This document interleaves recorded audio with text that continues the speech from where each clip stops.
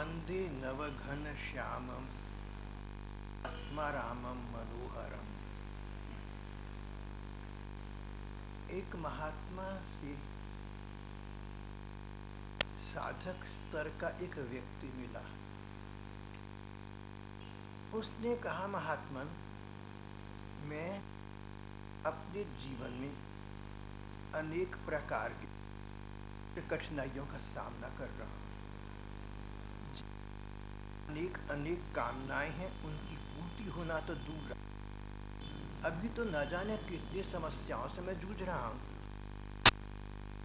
ब्रह्मन, मैं ये जानना चाहता हूँ, भगवान इस विषय में मेरी सहायता, मेरी कुछ रक्षा कर। वो सिद्ध महात्मा मुस्कुराए, बोले, भाई, रक्षा सहायता कर ही एकमात्र भगवान कोई कर ही नहीं सकता है। अगर तुम मुक्ति पाने के लिए संसार के या इष्ट मित्रों संबंधियों पर निर्भर करो, अब ऐसा मान लो सब लोग मिलकर आपकी समस्या का कोई समाधान कर भी सके, तो वो सदा स्थायी नहीं होगा, चिरकालिक होगा। यूं तो संसार में सहायता कर सकता है, पर अगर कोई करने वाला हो तो वो थोड़ी देर के लिए हो सकती है, सदा के लिए नहीं हो। महात्मा ने कहा, भाई तुम सीधा सा लो, पर हम अपने भगवान का आश्रय लेते हैं, भगवान को प्राप्त। अगर अपनी निर्मल कामनाओं की पूर्ति के लिए भगवान से आशा रखें, भगवान कभी निराश करने वाली नहीं है।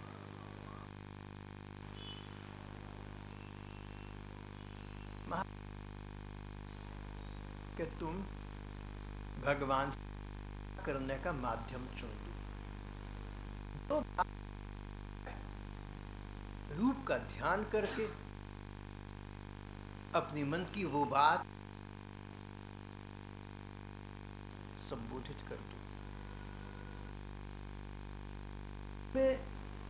श्री भगवान ने स्वयं कि जो लोग भगवान से स्वार्थ का नाता रखते, कामना पूर्ति के लिए अब भगवान से नाता रखते हैं, वे भी कारण भगवान हैं, और वो ये भी मानते हैं कि भगवान देंगे तो भगवान पूरा कर देंगे, इतना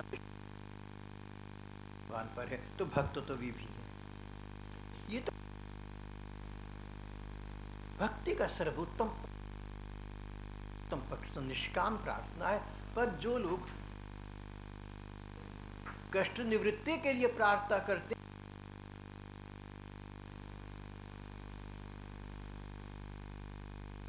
के सकाम भक्त भी भगवान कोई नीचे नहीं गिर जाती। एक उदाहरण दिया, पहले सुन चुके होंगे। गली में मां पुकारती है, बुलाती, कोई खिलौने वाला आ गया, पैसे चाहिए, मित्रों को छोड़ पास आया, गोदी में बैठ गया। माँ ने जैसे ही पैसे दिए, गोदी छोड़कर भाग। लेकिन माँ ऐसा नहीं समझती कि ये बच्चा स्वार्थी है, बच्चा खराब है। माँ की ममता है। कामना पूर्ति में माँ को अपने को आत्मतोष प्राप्त हो। माँ, भगवान तो सभी के पिता दोनों, तो वे भगवान प्रार्थना करें कामना पूर्ति के लिए, पूर्ति के लिए वे भगवान तत्पर, वे भगवान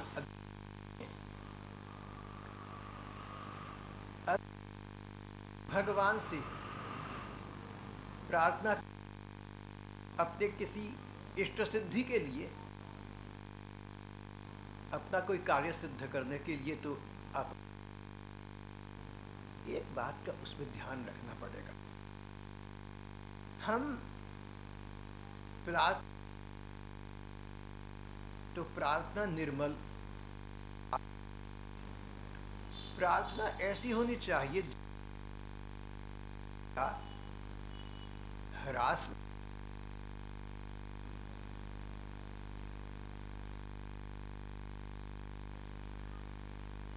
भगवान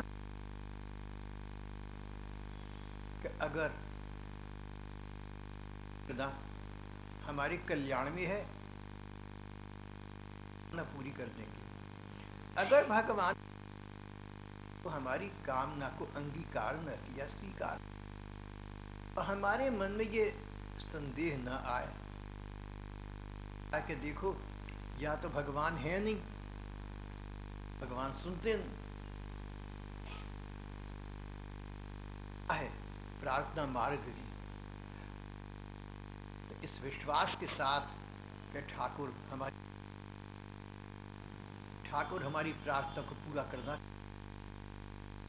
करते हैं, तो इसलिए कि इस प्रार्थना होने में, इस कामना की पूर्ति होने में हानि होती होगी, नहीं तो वे अवश्य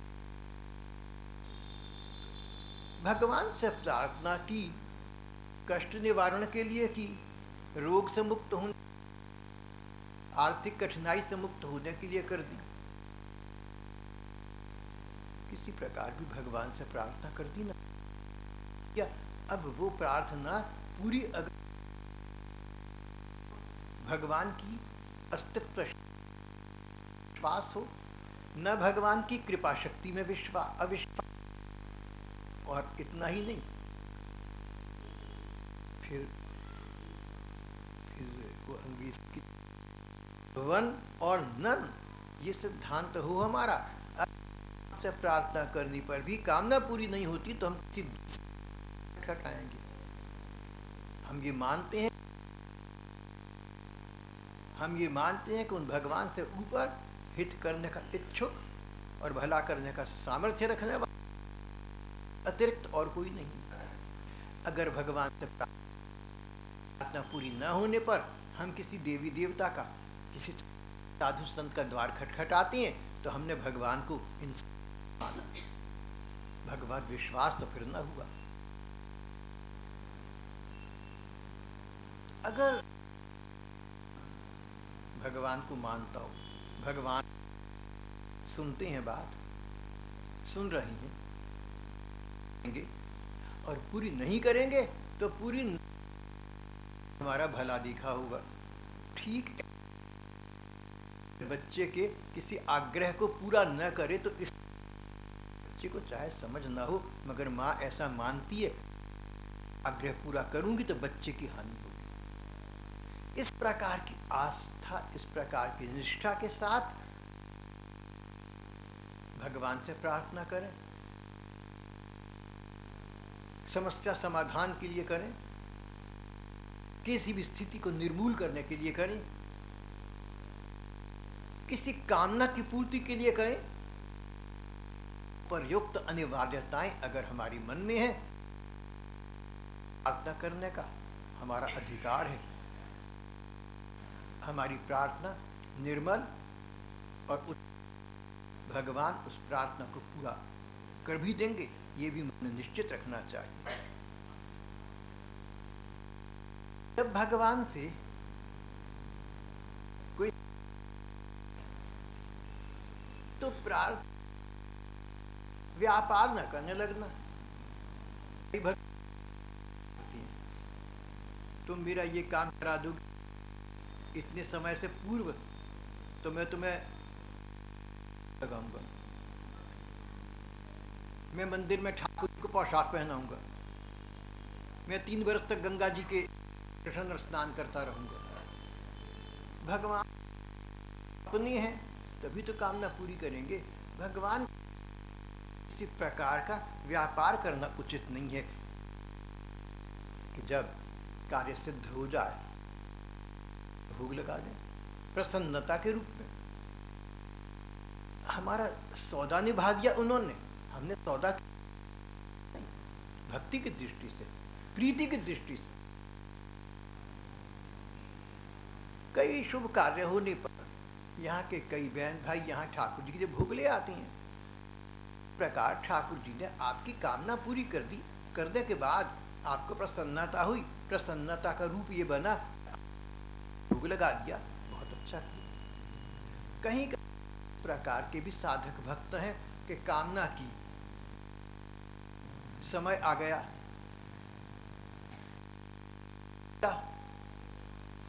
हमारी प्रार्थना असफल,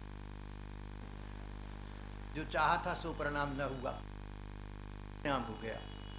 ऐसे ऐसे भक्त रहे हैं, जब देखा कि परिणाम निकल गया, भले ही प्रतिकूल, जल्दी से भोग लगाने के लिए भागे। बोले भाई हैं कि भगवान ने हमारा भला करा, हमें विफल करने में, परीक्षा में हमें अनुत्तीर्ण करने है, तभी तो उन्होंने हमें अनुत्तीर्ण होने दिया। भगवान तो करते हैं, तो अब परिणाम निकल गया, तो भला तो हमारा इसमें लिखा है, हम फिर भी भोग लगाएंगे। कार का जो भगवत विश्वासी व्यक्ति है, वो इन अनिवार्यताओं की पूर्ति करे, प्रार्थना को सफल करती हैं। प्रार्थना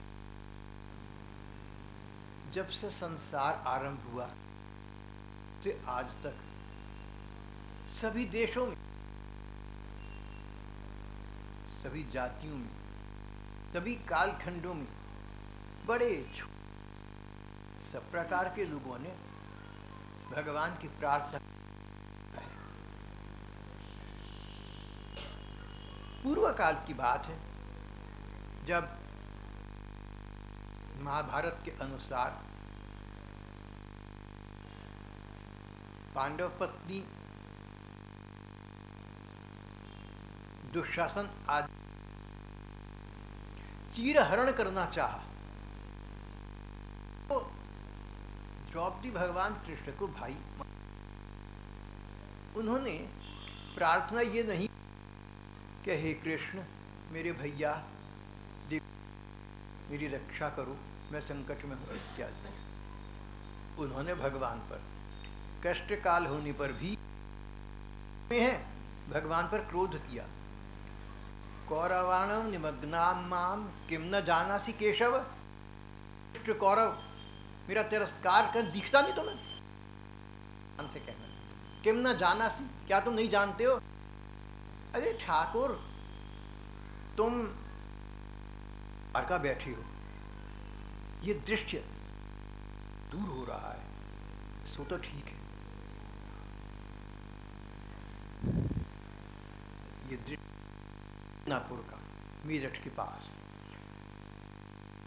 कहा भैया भले ही तुम द्वारका हो, जनापुर में कष्ट में हूं, किम न जानासी, अंतर्यामी नहीं रहे, क्या तुम सर्वज्ञ नहीं?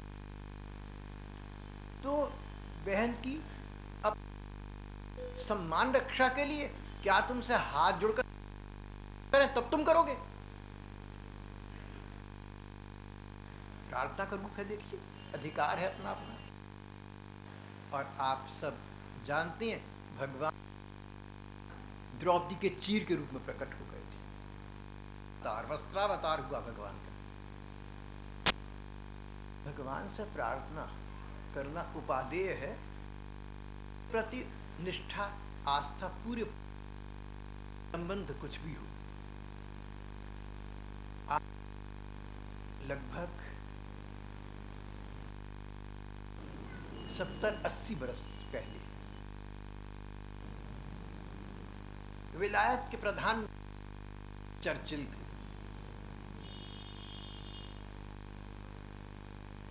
अभी वो प्रधानमंत्री नहीं बने,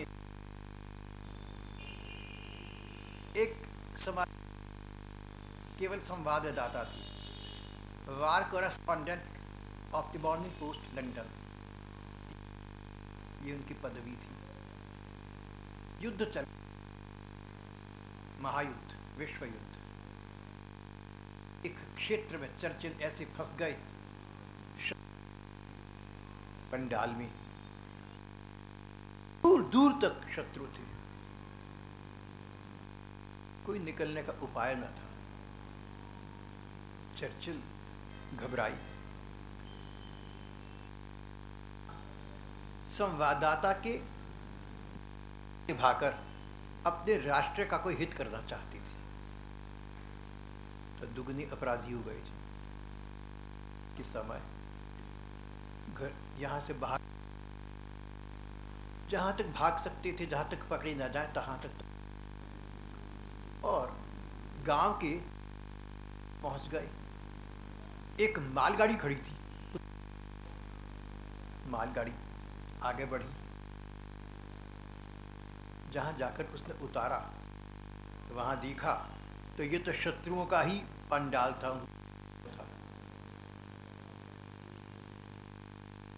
पिछले कैंप से भागने का भी आरोप इन पर लगेगा।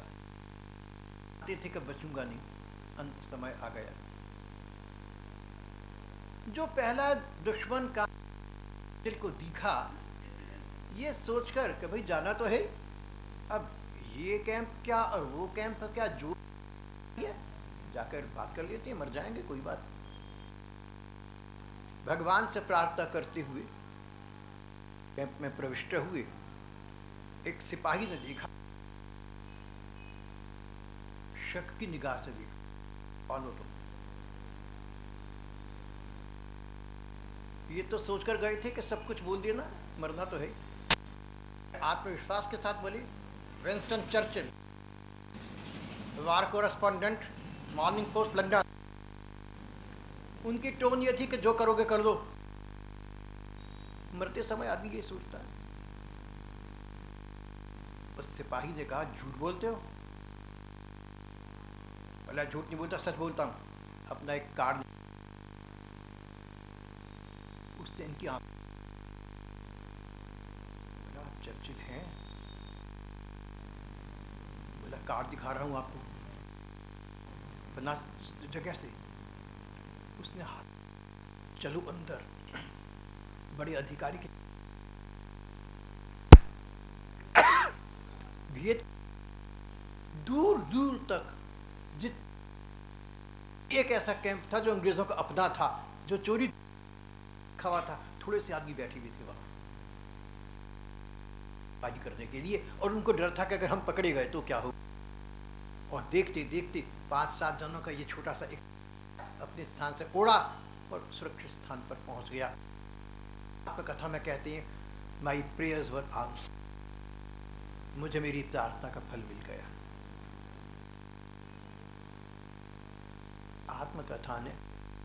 आत्मकथा में विंस्टन चर्चिल ने पर प्रार्थना के महत्व पर एक पूरा पैराग्राफ लिखा है। अभी अभी जो मैंने छोटी सी सुनाई, ये आप आत्मकथा में पढ़ सकते हैं, वहाँ पूरा वृत्त। और बाद में ये चर्चिल के प्रधानमंत्री उस समय बने जब कहते थे कि आधी दुनिया पर हमारा राज है। The sun never empire.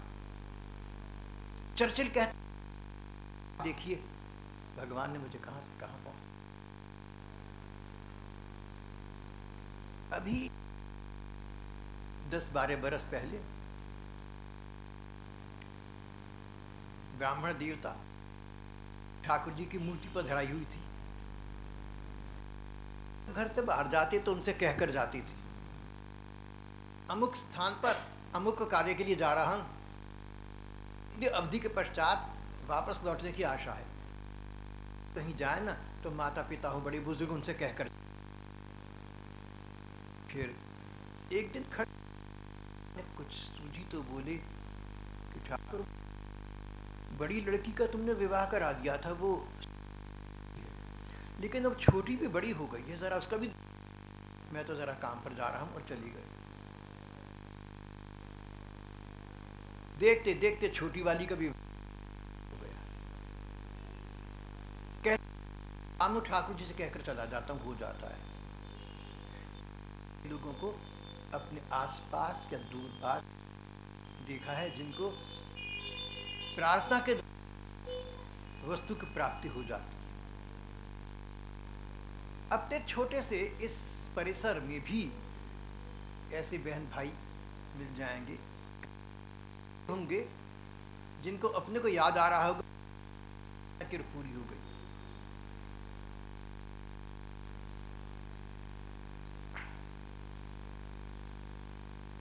जब भी बात मन में आए से पहले या किसी और समय से कह सकते हैं, कई बातें मन में कई दूभर स्थितियां आती हैं, आके किससे बात करें। मन किसी ऐसे व्यक्ति का चित्र सामने जो बात को सुनेगा, समझेगा, समाधान कोई निकाल सकेगा, तो वो मन की तो समझ नहीं आता किससे बात करें।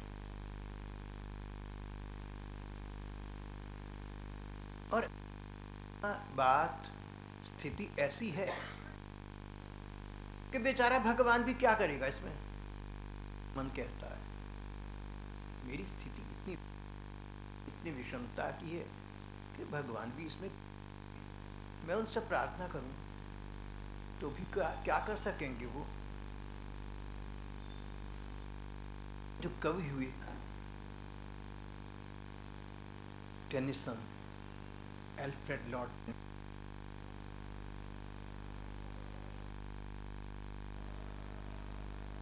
मैं अंग्रेजी का विद्यार्थी रहा हूं, वही बातें सूझती हैं। काश के हिंदी संस्कृत का विद्यार्थी रहा होता। तो अंग्रेजी कवि, more things are wrought than this world dreams of। प्रार्थना के द्वारा इतने बड़े बड़े काम हो जाते हैं, इतने बड़े सोच भी नहीं पाता। तो हम प्रार्थना से आशा रखते हैं, उससे अधिक सफलता हो जाती है, भगवान प्रदान कर देती है। जब डेथ हो रही थी, उम्र राज्य करने के बाद हालात, दुनिया में अकेली रह गई, बस एक दोस्त रह गया था जिसने साथ अंत तक किया। समंदर के किनारे अकेले बैठे थे कि दिन के साथ जीवन लीला भी समाप्त थी। तब किंग आर्थर ने सर बेडवियर से, अपने विश्वास पात्र मित्र से कहा था, I wrought by prayer, then this off, therefore rise like a fountain or and day। मैं तो चला जाऊंगा मेरे दोस्त, मैं तो जा रहा हूँ, मैं तो नहीं हूँ यहाँ पर, लेकिन मुक्त कंठ से भगवान से प्रार्थना करना, स्रोत से पानी का सोता बहता हो प्रकार अपने हृदय से प्रार्थना की स्वर तेरे कंठ से निकलें तो भी ठाकुर श्रवण कर लेंगे, मेरा लाभ उससे हो जाएगा।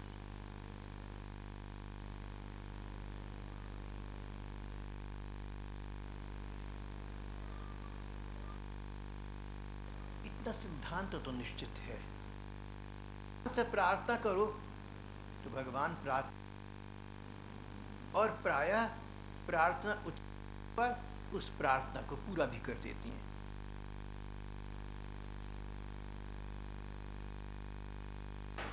मन में पारता हूँ, लगता हो कि उसका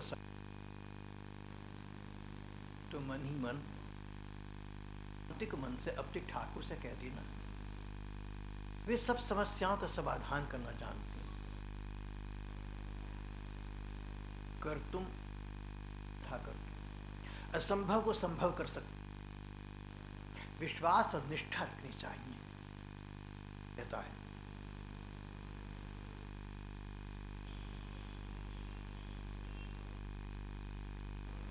भगवान से प्रार्थना करनी है तो अपने मन को हम बनाए रखें, मन को निर्मल बनाने के है कि हम अपने कष्ट का कारण किसी व्यक्ति को न माने, किसी वर्ग को न, हम किसी को दोष न दें, किसी को दोषान्वित न करें, अपने किसी अन्य व्यक्ति वर्ग पर न लगाए। देखिएगा कि जो भी कष्ट आती हैं वे अपने पूर्व जन्म के कर्मों के आती हैं।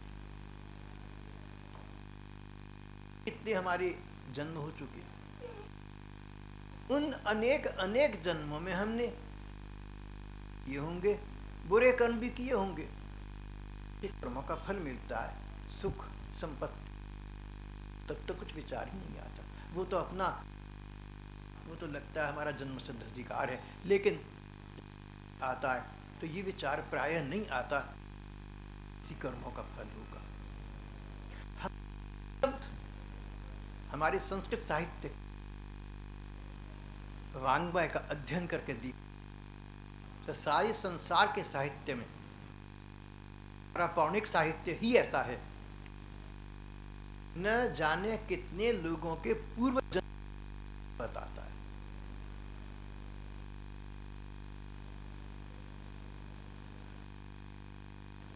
ऐसे अनेक स्थल हैं, स्थलीय हैं। कथाकार ग्रंथकार कहते हैं कि अमुक व्यक्ति अचानक ऐसा हुआ। है कि महात्मन प्रश्न करना चाहता हूं, एक क्षण को विश्राम। प्रश्न आ रहा है, हाँ भैया पूछो। को जो अचानक सुख या दुख मिला, अर्थ ये कि आशा नहीं थी, विचार नहीं था, कैसे मिला? इसने कोई मेहनत नहीं करी, मजदूरी मुकव्वत नहीं करी, कोई श्रम नहीं किया, कोई सिफारिश नहीं की, तो आप अस्मात इसको कोई सुख मिला या दुख मिला, कैसे मिला? हम प्रकार के प्रश्न ग्रंथकारों से किए गए। उसी समय कहते हैं इसकी पूर्व जन्म में ये व्यक्ति अमुक स्थान पर जी रहा था, वहां पर इसके द्वारा अमुक, जिसका फल इसको आज मिला है। बहुत है धर्म ग्रंथों में ये तो लिखा रहता है, लेकिन किस कर्म का कौन सा दंड मिलेगा ये लिखा हुआ। आज हमारी सभी सभ्य राष्ट्रों की न्याय व्यवस्था में लेख स्पष्ट होता है कि किस का दंड किस प्रकार का मिलेगा।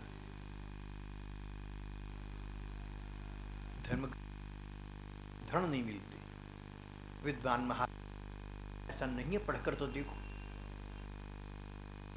दिनों चल रही है। श्रीमद मध्य भाग में ये कर्मों की, और किस कुकर्म करना पड़ेगा, किस कुकर्म के कारण करना पड़ेगा, स्पष्ट लिखा हुआ है। की बात, मन की बात है। कोई कहे कि किसने देखा, रही है कि अगर हम करते हैं तो प्रार्थना को पूर्ण करने भगवान पूरा अपना सा प्रयत्न करते हैं। हम देखें कि कोई, तो हम ये न कहें कि मेरे कोई व्यक्ति ने भेजा, अगर उस काम न करा होता, उसने मेरी ये कार्यवाही न की होती, तो ये कष्ट मुझे न भोगना पड़ता। व्यवस्था है उसको चुनौती आप ना फेंकें। प्रकृति की न्याय व्यवस्था दे दें तो भगवान न जाने मेरे क्या कर्म जिनके कारण से मैं ये कष्ट। द्रौपदी ने भगवान को जाता एक बार कुंती माता के, कृष्ण हम लोग का दुख पर दुख झेल रही हैं, न जाने, लेकिन कर्मों के और हो तुम तो कुछ कर ही सकते हो। दोष देना है तो किसी तीसरे को ना दो, क्योंकि भाग्य का मतलब पूर्व कर्मों का फल। दो वस्तुएं हैं, एक प्रारब्ध है, पुरुषार्थ। प्रारब्ध पिछले कर्मों का, तो पूर्व जन्मों में हम चुकी हैं, अगर उनके फल स्वरूप हमें कोई, तो हम इतना अध्यात्म का ध्यान रख, प्रकृति के न्याय में इतनी निष्ठा बनाए रखें, उनके प्रति इस प्रकार का विश्वास बरकरार रखें कि कोई व्यक्ति, कोई वर्ग, कोई शासन, कोई प्रशासन, सारी संसार की सत्ताएं एक साथ कष्ट नहीं दे सकती अगर नहीं है, भले ही पूर्व जन्म।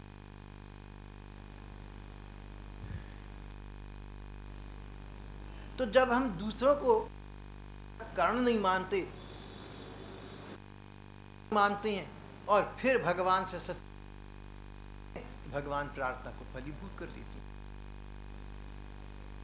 एक स्थान पर एक प्रसंग आता है जहां पर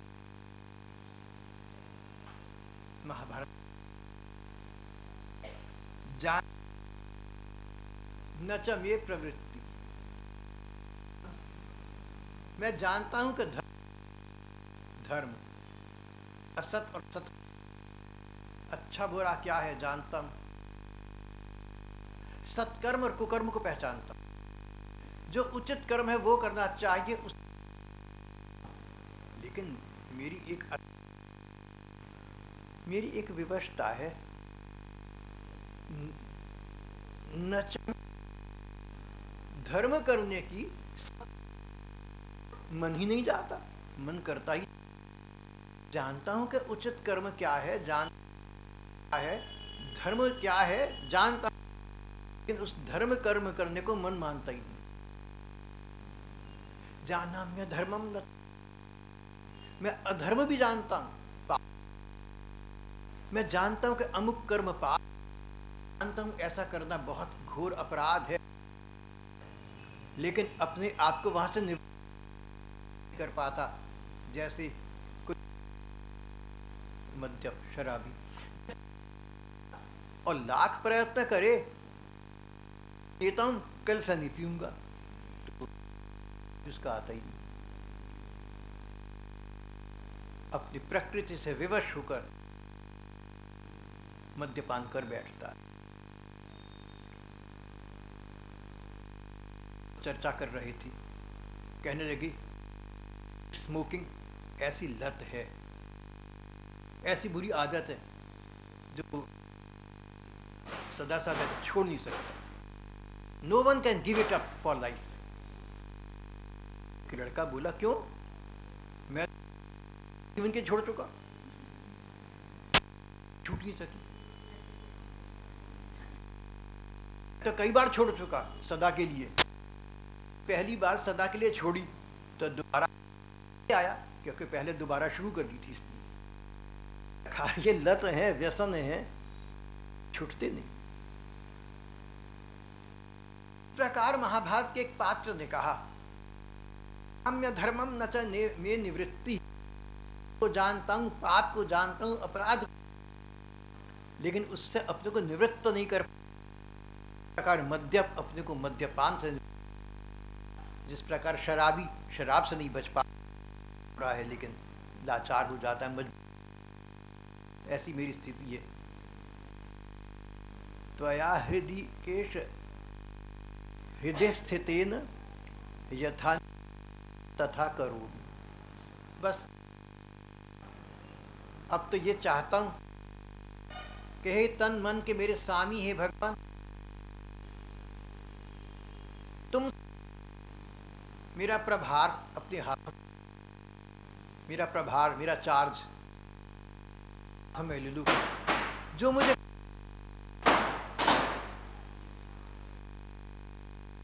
जो मेरे लिए उचित विधान है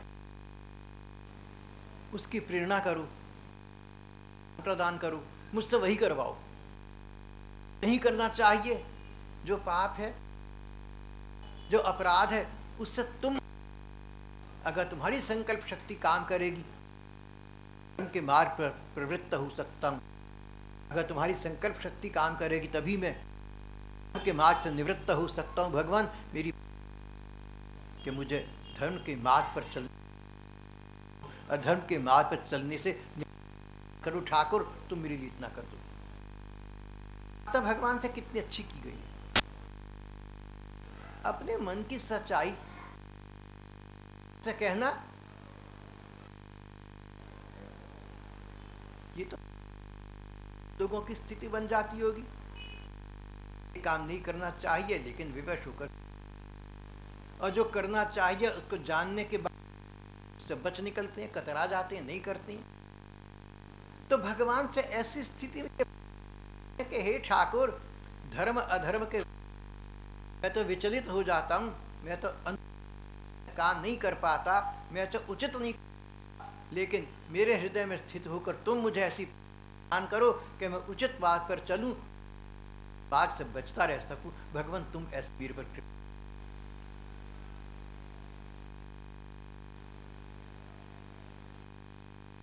प्रार्थना को जहां हमने अब तक समझा, जहां और सच सच पर अपने हृदयेश्वर भक्ति समर्पित कर दिए, संबोधित कर दिए, निर्मल प्रार्थना को भगवान।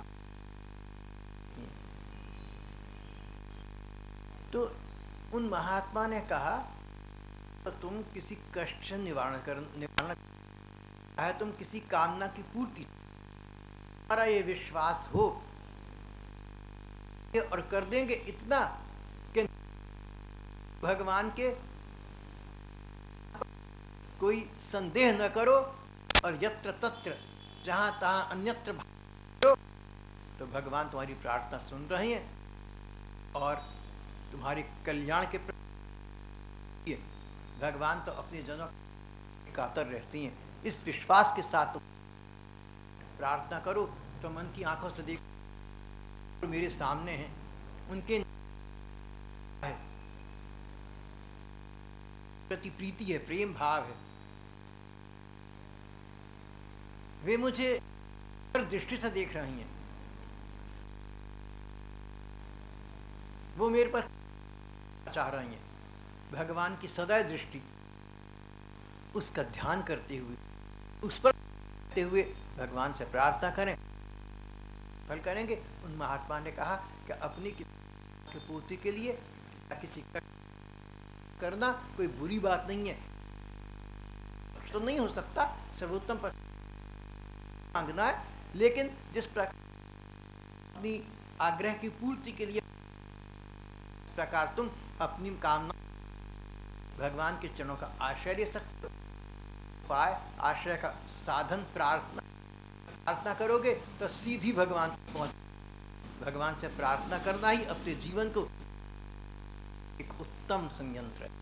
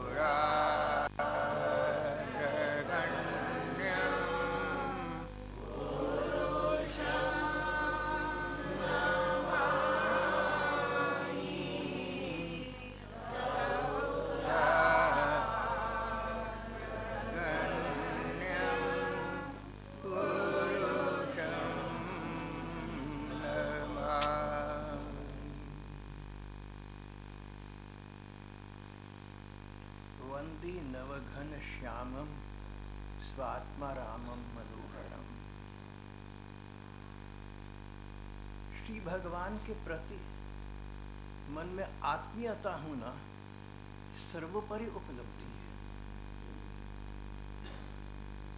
आत्मीयता होना, जैसे माँ हमारी है ऐसे भगवान हमारी है, जैसे पिता हमारी है ऐसे भगवान हमारी है, जैसे कोई भी प्रियजन हमारी अपनी है, उनको देखकर उनके विषय में सोचकर मन को अच्छा लगता है। इसी प्रकार श्री भगवान हमारी हैं, उनके विषय में सोचकर, उनके विषय में पढ़कर, उनके विषय में सुनकर, उनके चित्र देखकर, उनकी श्री विग्रह, उनकी श्री मूर्तियाँ देखकर हमारे मन को वही प्रसन्नता प्राप्त हो जो अपने जनों के चेहरे देखकर या उनके बारे में बात सुनकर प्राप्त होती है। भगवान के प्रति अपनापन होना चाहिए। भगवान मेरे हैं, मैं उनका हूँ। प्रकार प्रकार के साधन, प्रकार प्रकार के उपाय भक्ति प्राप्ति के धर्म ग्रंथों में और अन्यत्र बतलाए गए हैं। साधन सब ठीक है। साधन सिद्धि राम पग नेहू।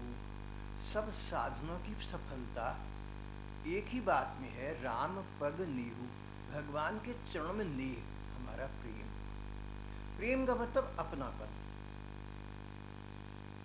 जिस व्यक्ति का विचार आए तो हमें अच्छा लगे, भगवान का विचार आए तो मन हमारा एक प्रकार के आनंद से उत्फुल्ल हो जाए। भगवान का चित्र दिखे तो हमारे नयनों का उत्सव हो जाए, हमारा मन कमल खिल जाए, अरे ये तो हमारी ठाकुर का चित्र है। अब जहाँ अपनापन है, आत्मीयता है, वहाँ किसी प्रकार का देश या स्थानगत भेदभाव नहीं होता। अगर ठाकुर हमारे हैं, अपने लगते हैं, अच्छे लगते हैं, तो उन ठाकुर का रूप हमारे घर के मंदिर में हो तो वो अच्छा लगता है। उनकी तो हम सेवा करते हैं, उनका तो हम भोग लगाते हैं, उनकी तो प्रकार प्रकार के उपचारों से आराधना करते हैं, सो तो ठीक है। पर कहीं अन्यत्र किसी के घर में ठाकुर जी की श्री मूर्ति हो, वो भी उतनी अपनी लगे जितनी अपने घर की लग रही थी, क्योंकि ठाकुर तो एक ही है। मंदिरों में ठाकुर जी के श्री विग्रह देखें, मन खिल जाए। हमारी ठाकुर, हमारे घर के ठाकुर मंदिर में इस रूप में लीलायमान है, इस रूप में शोभायमान है। आप कहीं किसी प्रतिष्ठान पर, किसी दुकान पर जाएं, वहाँ पर देखें कोई कैलेंडर है और ठाकुर जी का चित्र उस पर छपा हुआ है, आपका मन, हमारा मन मुदित हो जाए। हमारे ठाकुर का चित्र इस दुकान पर भी टंगा हुआ है। आप बाजार हाट में घूम रहे हैं और कहीं से किसी दुकान का आपको साइन बोर्ड दिख गया, Krishna store, Ram store, Krishna store, Ram store, Radha क्या कहता था, चूड़ी भंडार। तो जहां हमारे ठाकुर का नाम आया, भले किसी दुकान के साइन बोर्ड पर हो, हमारा मन कहे कि हमारे ठाकुर का नाम है।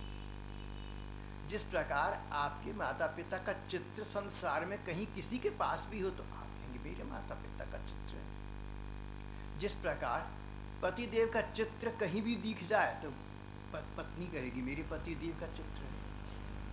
अब हमारे आपके माता पिता का चित्र कहीं भी रखा हो, किसी बहन भाई के पास हो, किसी सजन संबंधी के पास हो, और संयोगवश असमंजस कहीं किसी अनजान व्यक्ति के पास हो, तो हम ये तो नहीं सोचते कि ये इसका चित्र है, कहते हैं हमारे पिताजी का चित्र है, हमारी माँ का चित्र। इस प्रकार जहाँ जहाँ ठाकुर के चित्र हैं, हमारे ठाकुर के चित्र हैं।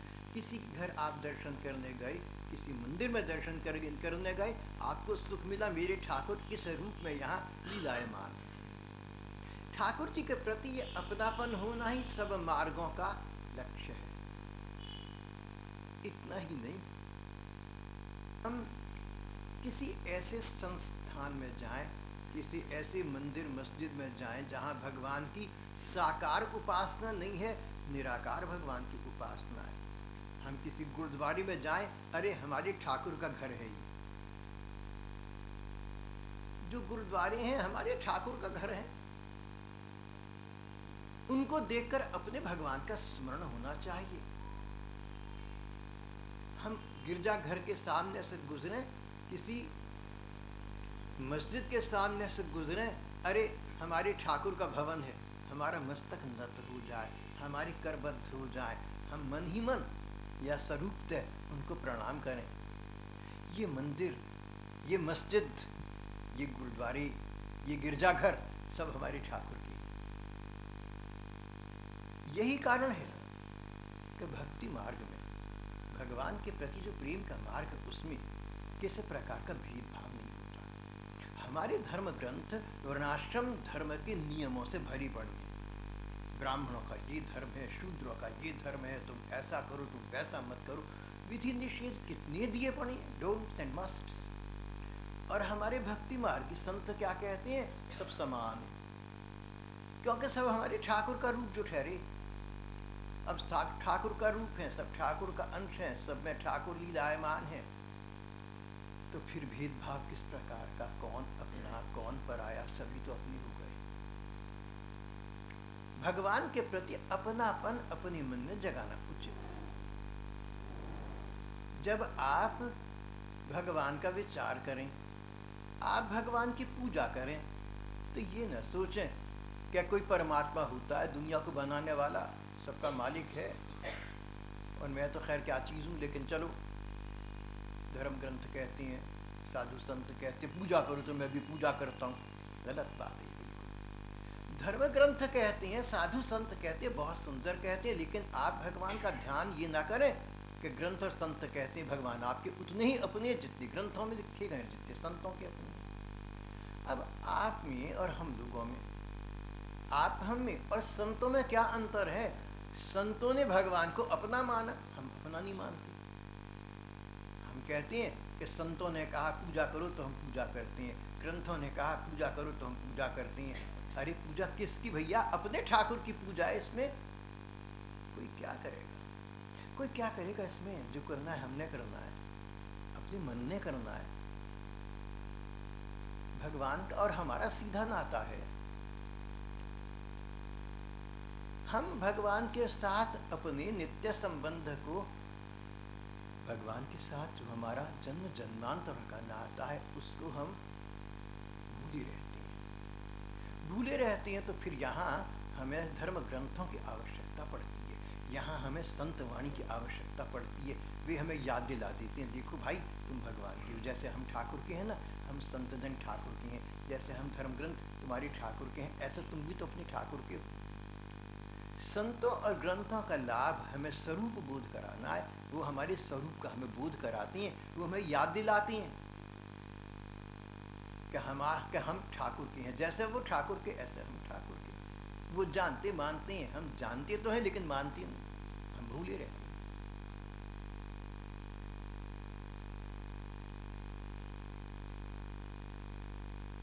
लगभग 100 बरस पहले, 90 बरस पहले, लखनऊ के पास के जंगल से भेड़िए के एक बच्चे को पकड़ा और उसको भीड़ों में छोड़ दिया। बड़ा हुआ तो वो भीड़ों जैसा ही बर्ताव करता था। जब उसको भीड़ियों में छोड़ा तो डरने लगा। कालांतर में जब उसको बोध कराया कि तुम भेड़िए हो, शक्लें दिखाई, कभी पानी में कभी शीशे में, तो वो भेड़िए का बच्चा अपना जो आरोपित रूप था कि मैं तो भीड़ हूँ, आरोपित रूप था, उसको भूल गया और स्वरूप में स्थित हो गया, मैं तो भेड़िया हूँ, बहादुर हो गया।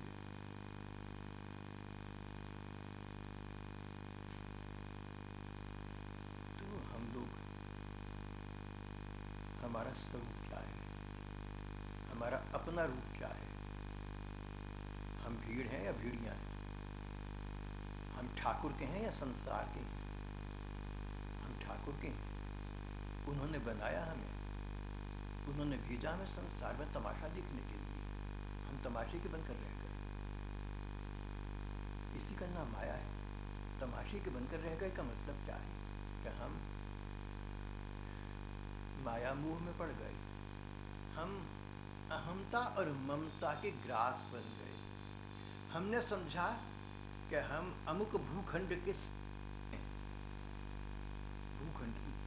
प्लॉट, हम इस भूखंड के स्वामी, हमारे पास तो इतनी ज़्यादा ज़मीन है, इतनी संपदा संपत्ति है, इतना एस्टेट, इतनी प्रॉपर्टी है, हम इसके मालिक हैं, इतना रुपया पैसा, हम इसके मालिक हैं। अब आप गहराई से देखिए ना, तो आप उसके मालिक थोड़ा बने, आप तो उसके दास बने, आप तो उसके गुलाम बने। अरे मालिक तो वो है जो उससे स्वतंत्र रहकर भी अब तक सत्ता में स्थापित रह सकता है। जो व्यक्ति बिना धन संपदा के, बिना रुपए पैसे के, बिना जमीन जायदाद के अपने आप में स्वतंत्र रह सकता हो, प्रसन्न रह सकता हो, वो व्यक्ति तो स्वतंत्र कहला सकता है। शेष सब तो दासत्व कर रहे हैं। ये जो रुपए पैसे का, पद प्रतिष्ठा इत्यादि का दासत्व है, इसकी परतंत्रता है, इसकी गुलामी है, इसमें हमारे मन का जाना है, इसको सब कुछ समझना है, इसका नाम माया है। जो नहीं है उसको देखना, उसको मानना, उसको अपना समझना, इसको माया कहते हैं धर्म ग्रंथों में। आवरण, अवास्तविकता। हम सब लोग इस माया के दास बने हुए, ना जाने किस किस वस्तु को अपना मानकर उसमें आसक्त रहते हैं, ना जाने किस किस व्यक्ति पर आसक्त रहकर उसके प्रति अधिकार रखते हैं, ना जाने किन किन के प्रति आसक्तिवश होकर हम अपने कर्तव्य और दायित्व निभाते हैं। कहीं हम कर्तव्य और दायित्व के मूर्खताभिमान के दास बने हुए हैं। ये मूर्खता, ना समझी कि हमारा दायित्व है, हमारा कर्तव्य है, हम ना होंगे तो क्या होगा, क्या होगा, संसार चल रहा है। हम तो ऐसे ही मानते हैं ना कि हमारे बिना क्या होगा, हमारे बिना संसार बढ़िया चलता रहेगा। बड़े बड़े चल गए, चले गए, संसार अच्छा चल रहा है। बड़े बड़े चले गए, संसार बढ़िया चल रहा है। कई महान कहलाए, सिकंदर महान, कई लोग अकबर को महान कहते हैं। और फिर ऐसी ऐसी महारानियां भी तो आई, एलिजाबेथ और विक्टोरिया, आधी दुनिया पर राज है, सूरज छिपता ही नहीं हमारी राज्य पर। कहाँ चले गए सब लोग? अब तो नाम निशान भी नहीं है। एक जगह लिखा था कि बड़े से बड़े लोग चले जाते हैं, बस नाम रह जाता है। मैंने मन में सोचा अब तो नाम भी नहीं रहता, किसको नाम याद है? आपके घरों के बच्चे क्या नेपोलियन बोनापार्ट को कभी याद करते हैं? क्या जूलियस सीजर को याद करते हैं? ये बड़े बड़े तानाशाह थे, आधी आधी दुनिया पर इनका राज्य था। हिटलर और मसोलिनी को कौन याद करता है? इनको तो छोड़ दीजिए, तो निरंकुश अधिनायक थे, तानाशाह थे, इतिहास में बदनाम थे, लेकिन जो शुभ नाम है अब्राहम लिंकन, और हमारे अपने देश के बड़े बड़े स्वतंत्रता सेनानी। अरे हमारे सुभाष बोस को याद करने वाला कोई नहीं है, हम ही कौन सा कर रहे हैं, किसी को क्या कहें। ये जो हमारा मोह माया है ना, ये जो हमारा समझना है कि संसार के लोग हमारे हैं, हमारे इनके प्रति कर्तव्य हैं, हमारे इनके प्रति अधिकार हैं, जो हम इनमें रचे पचे रहते हैं, इनमें फंसे रहते हैं, हमारा मन इन्हीं में लगा रहता है, इसका नाम माया है। अगर आप कर्तव्य का पालन करें ये सोच कर के भगवान की आज्ञा है, कर्तव्य पालन करने से आज्ञा देने वाली भगवान प्रसन्न होंगे, तो आपका भक्ति मार्ग है। और अगर आप समझें कि कर्तव्य पालन आप न करेंगे तो कौन करेगा, तो ये आपका मोह मार्ग है।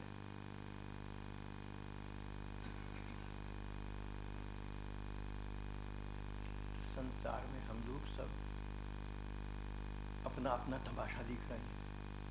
हम किसी का तमाशा नहीं दिख रहे हैं, अपना दिख रहे हैं। कुत्ता हड्डी को चबाता है, हलक में से खून निकलता है, खून गुजरता है गली में से। बेचारा पागल कुत्ता समझता है कि हड्डी में कितना मज़ा है, ये नहीं पता कि अपना खून पी रहा है, ख़त्म कर देगा एक दिन अपने आप को। कुत्ते की बात सुनकर तुम तरस खाती हैं, लेकिन मैं तो नहीं कह सकता, लेकिन प्रातः स्मरणीय हमारे गोस्वामी तुलसीदास जी महाराज एक स्थान पर कहते हैं कि मानव की यही दुर्दशा है। जिन सुखों को भोग कर हम प्रसन्न होते हैं वो सुख हमें भोग रहे हैं। भर्तृहरि की इस प्रकार की एक पंक्ति आती है, सुख हमें नहीं भोग रहे, उल्टा कहिए, हम सुखों को नहीं भोग रहे, सुख हमें भोग रहे हैं। वयमेव जीर्णा, दिन पर दिन जीर्ण हम होते जा रहे हैं और हम उनको सुख मान रहे हैं, हम उनको आनंद का स्रोत मान रहे हैं, हम उनके लिए दिन रात एक कर रहे हैं, हम उनके लिए दूसरों का पैसा हड़पना चाह रहे हैं, हम उसके लिए बड़े बुजुर्गों का मान सम्मान छोड़ रहे हैं, संसार की लाज संकोच छोड़ रहे हैं। तो ये सब जो है ना, इसको हमारे धर्म ग्रंथों ने, इसको हमारी महात्माओं ने मोह माया का नाम दिया है। हम जानते हैं कि क्या अच्छा है क्या बुरा है, जानते हुए भी हम पता नहीं क्या क्या करने लगते हैं। मैं अपने को और थोड़े से आप बहन भाइयों को, मेरा संपर्क तो तुम लोगों से ये 10-20-50 जनों से, मैं आप लोगों को और अपने को देखकर माया के बहुत रूप देखता रहता हूँ। माया का दर्शन करने के लिए मुझे मार्कंडेय जी की तरह प्रदर्शन की आवश्यकता नहीं है। माया का दर्शन करने के लिए मुझे संत गुरुओं की आवश्यकता नहीं कि माया का दर्शन कराएंगे, यही हो रहा है। अगर मैं ऐसा समझूं कि मैं आपको समझाने वाला हूं, मैं तो आपको तार दूंगा, मेरी तो बातें ऐसी हैं, तो ये माया हो गई मेरी, ये भगवान की माया मुझ पर खेल रही है। ना हम आत्मा प्रवचनेन लभ्यः, ये वेदवाणी है, ना हम आत्मा प्रवचनेन लभ्यः, दूसरों को धर्म ग्रंथ समझाने से परमात्मा की प्राप्ति नहीं हुआ करती। अगर मैं ऐसा समझूं कि मैं तो आपको गीता भागवत रामायण की बातें बताता हूँ, आपका बड़ा उद्धार कल्याण हो रहा है, तो भगवान की माया मेरे पर पूरा पूरा काम कर रही है।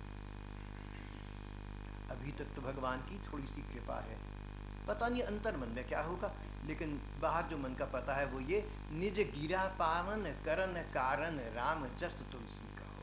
मैं तो आपसे गीता रामायण की बातें करता हूँ तो मन ऐसा कहता है कि भगवान की लीलाएं आपको सुनाकर, भक्तों की गाथाएं आपको सुनाकर, प्रार्थनाएं सुनाकर, ग्रंथ सुनाकर मेरी वाणी पवित्र हो रही है। अब जो मैं बोलूँगा मेरे कानों में भी जाएगा ना, और कानों में जाएगा कभी ना कभी मेरे अंतर्देश तक, मेरे अंतर मन तक भी चला जाएगा। क्या जाने अंतर्यामी ठाकुर, क्या पता कृपालु कृष्ण कब कृपा करके मुझे अपनी रस में सरोवर कर दें। इसके लिए मैं आप लोगों की शरण में आया हूँ, इसीलिए मैं आपको ये सब सुनाता हूँ। अगर आप सुनेंगे नहीं तो बोलूँगा कैसे, और बोलूँगा नहीं तो अपने अंदर से कुछ भी नहीं, प्रभाव कैसे पड़ेगा। इसी प्रकार अब दूसरी बात भी सुनने को अब तैयार हो जाए। अगर आप लोग ये समझें, ये भाई सब जो बताए हैं ना बातें, सब पता है, सब पता है जी, बड़ी पढ़ी हुई हैं, बचपन से पढ़ते चले आ रहे हैं, कौन सी नई बात हो गई। कई भाई बहन अगर ऐसे हों जो सोचते हों कि ये पुरानी बातें दोहराने से क्या लाभ है, सभी तो पता है। ये जो कथा भाई सब सुना रहे हैं, ये बचपन में दादी जी ने सुनाई थी, जब उंगली पकड़कर चलकर दादी के साथ मंदिर गए थे तो वहाँ पंडित जी ने सुनाई थी, तब की सुनी हुई कथाएँ। भाई देखो, कथाओं के सुनने सुनाने का मतलब ये थोड़ा होता है कि आपने पहले सुनी नहीं है। उसका अर्थ ये होता है कि बार बार सुनकर हमारे मन पर प्रभाव पड़ता है धीरे धीरे, और हम सत्संग की ओर, हम ठाकुर की ओर उन्मुख होने लगते हैं। जो बातें बार बार सुनते हैं, जो बातें बार बार देखते हैं, उनका हमारे मन पर प्रभाव पड़ता है। एक बार मैं कहीं से कहाँ आ रहा था,